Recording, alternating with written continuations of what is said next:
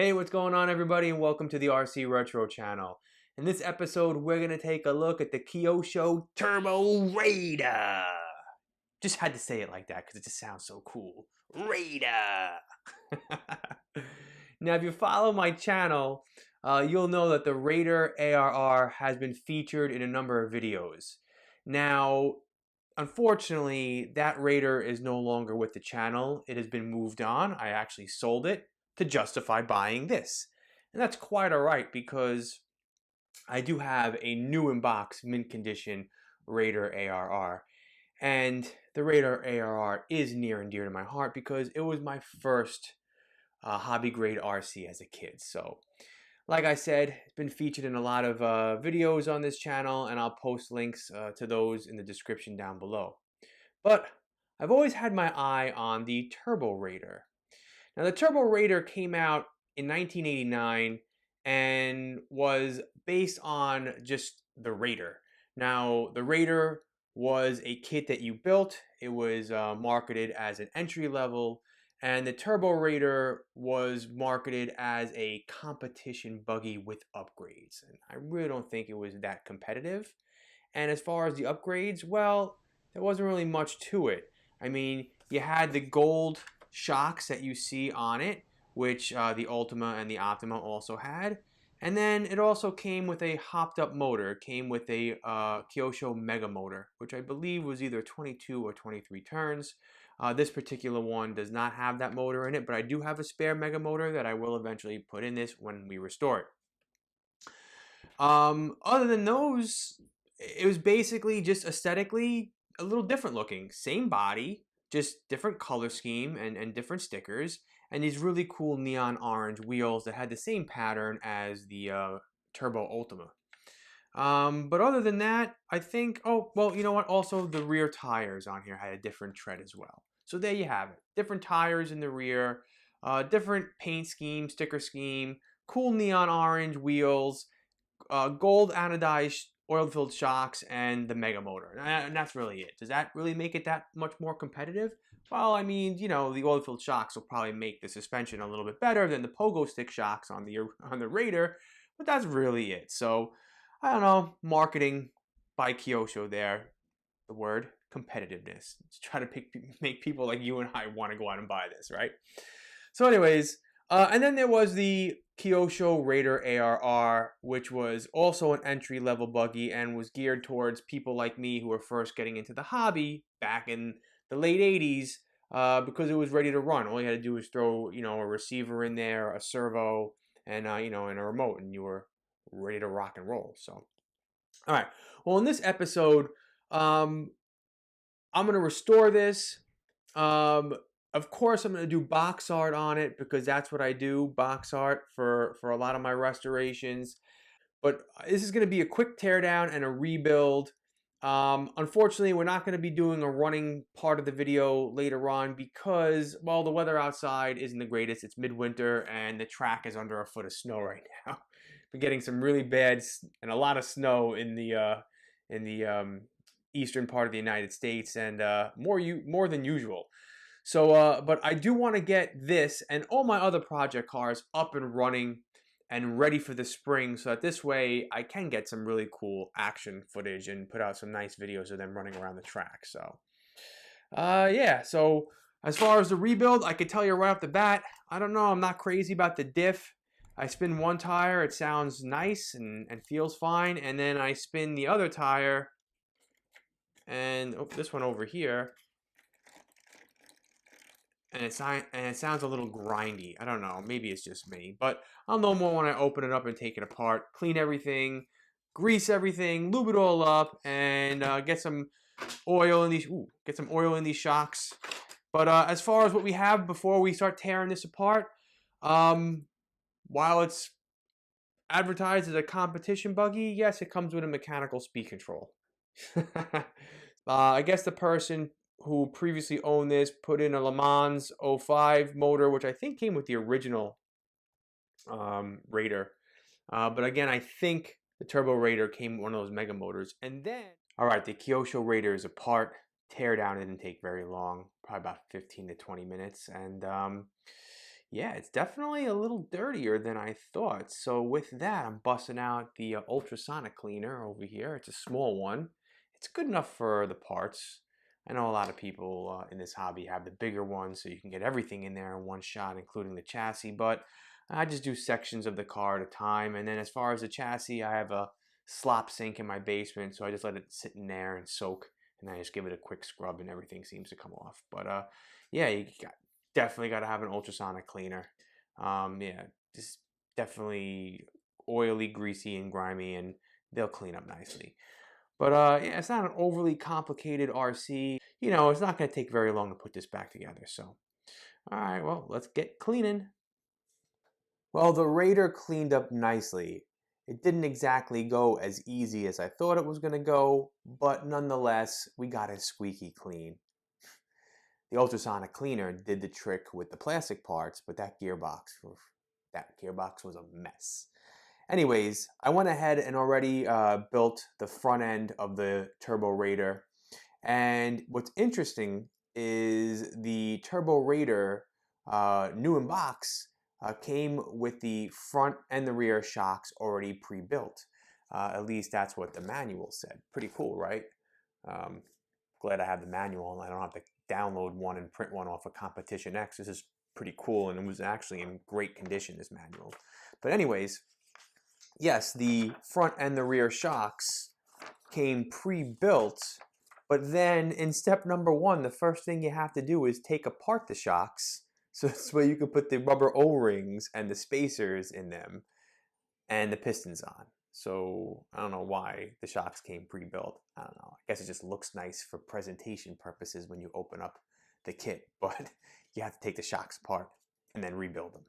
So anyways, as far as these shocks, had no issues with them. And as far as the weight of the oil, I'm using 20 weight in the front and 30 weight in the rear. And I'm going to see how that goes when I eventually get this out on the track. But other than that, the front end went together pretty smoothly. And something you just want to keep in mind is when you're taking apart a kit to do a restoration, all the hinge pins, you definitely just don't want to just wipe them down. You want to get yourself some kind of metal cleaner and really polish these up and give them a good cleaning. And because you want to make sure all your parts move freely.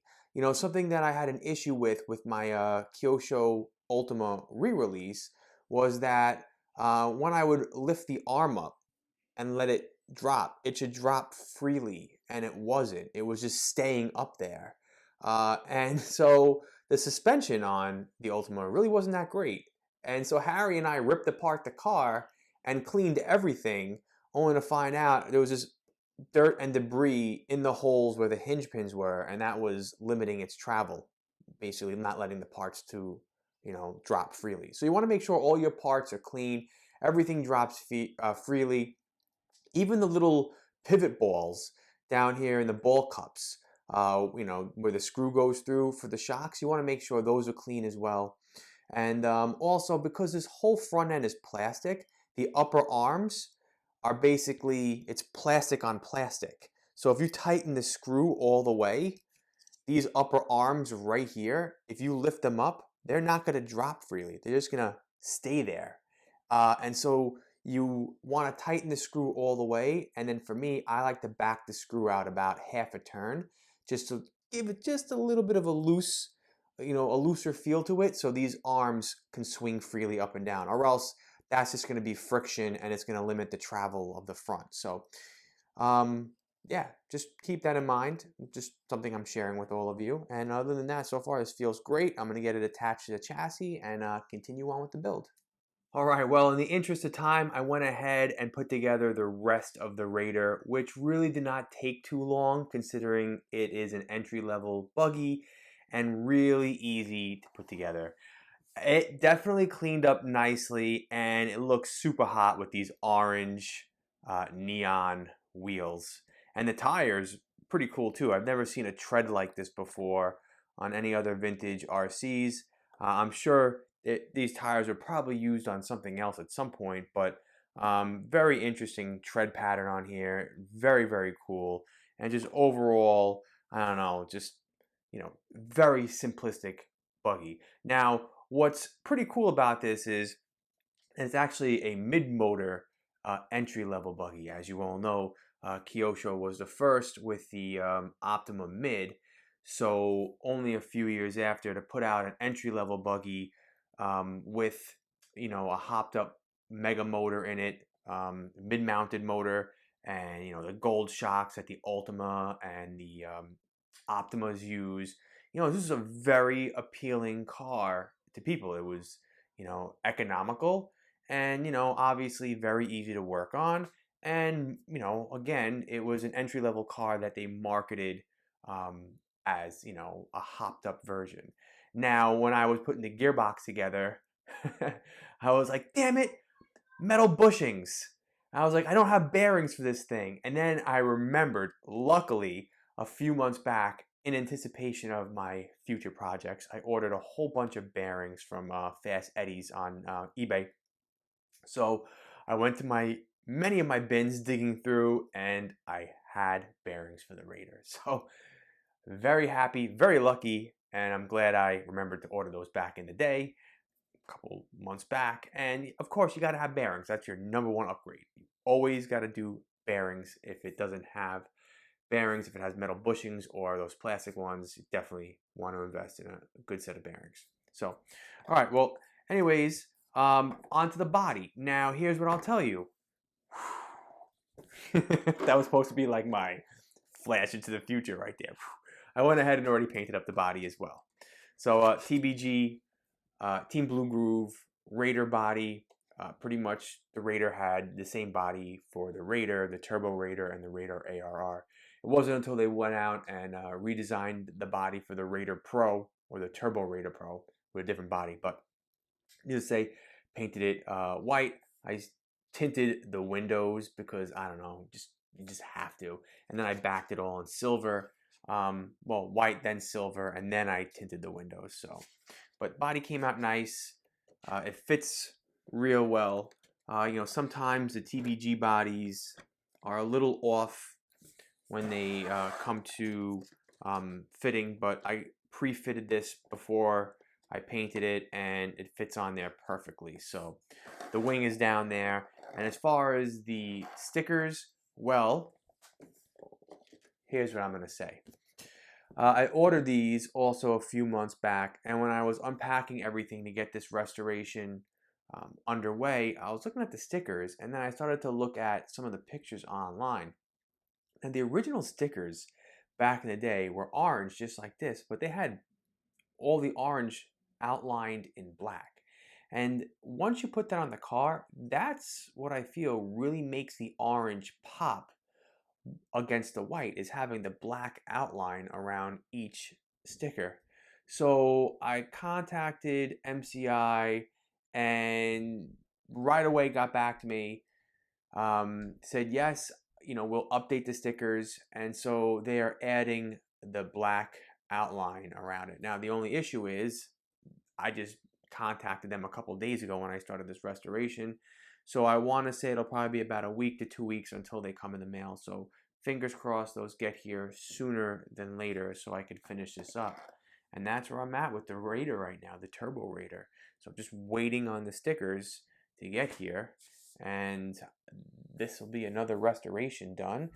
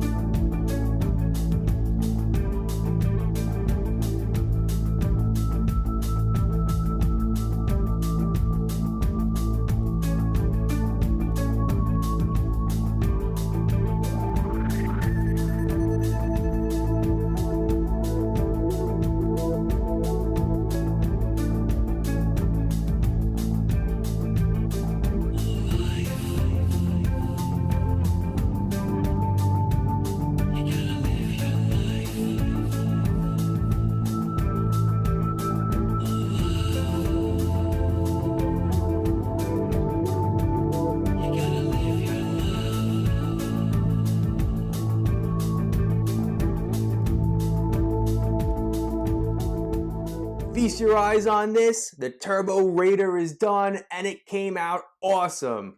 I love the way it looks. I love the stickers. It almost has like that tribal look to it, the way the stickers are laid out. And I have to say, I am so happy I reached out to MCI and asked them if they could add the black pinstriping around the orange, because it just makes it pop so much more. You know, I gotta thank my mom. Since I was a kid, she would always say, just ask your question. It's not gonna hurt. You never know what kind of response you're gonna get. Or she would just smack me in the back of the head and say, speak up.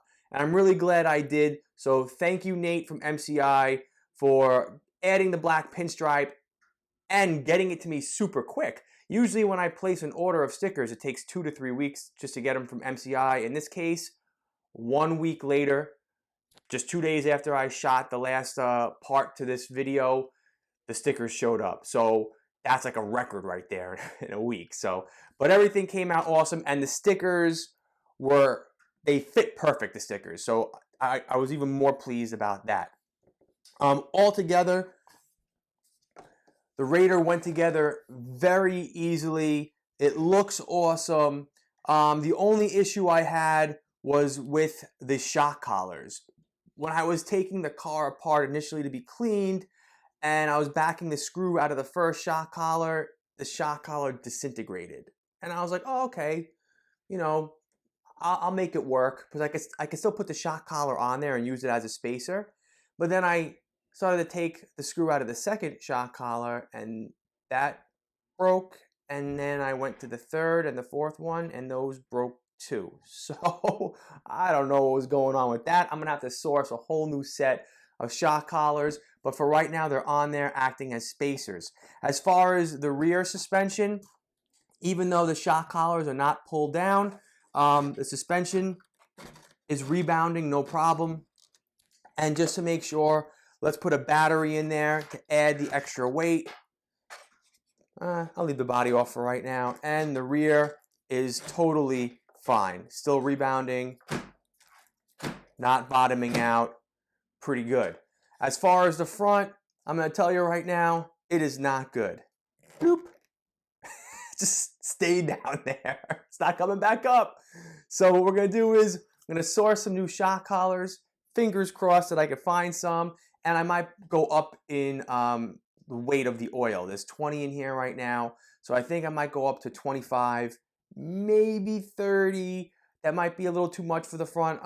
We'll see. I'll definitely go up to 25, and I'll find some new shock collars and put them down a little bit, and that'll hopefully help, because this thing is not even going back up. So, all right, what's next for the Turbo Raider? Well, I would like to do a solo run video to capture this in all of its glory on the Port Royal Raceway. So that'll be as soon as the nice warm weather rolls around for the spring. Then I want to do a secondary video and feature this in a versus video against another vintage RC. I'm not sure what that would be, but that's going to be a new series coming to the RC Retro channel in the spring, along with our race night videos as well. And then you might even see this in one of the race classes for our race night videos. So definitely a lot going on.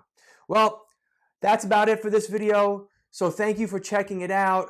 Thank you for all your support. Take care, everyone, and I will see you all in the next video. Bye-bye now.